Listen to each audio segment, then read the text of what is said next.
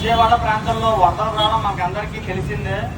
వరదల్లో చిక్కుకున్న ప్రతి అపాయకుడిని కాపాడాల్సిన పని మనందరికీ ఉంది. విజయవాడ మంది కాదని కాదు, ఎక్కడ జరిగినా సరే ప్రతి ఒక్కరు స్పందించి వారిని మనం ఆదుకోవాలి.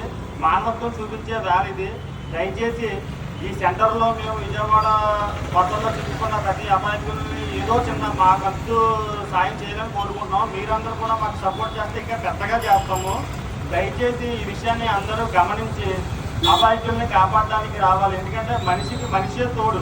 అటువంటి సమయంలో మనం అందరం ఒకరికొకరు అనుకుంటే వాళ్ళకు కూడా ఒక మనోధైర్యం అంటే ఏర్పడుతుంది.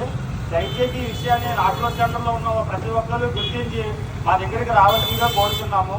ఇక్కడ వచ్చిన ప్రతి ఒక్క రూపాయి జిల్లా కలెక్టర్ గారి ద్వారా వాళ్ళకి అందజేయడం జరుగుతుంది. దయచేసి ఈ విషయాన్ని గమనించ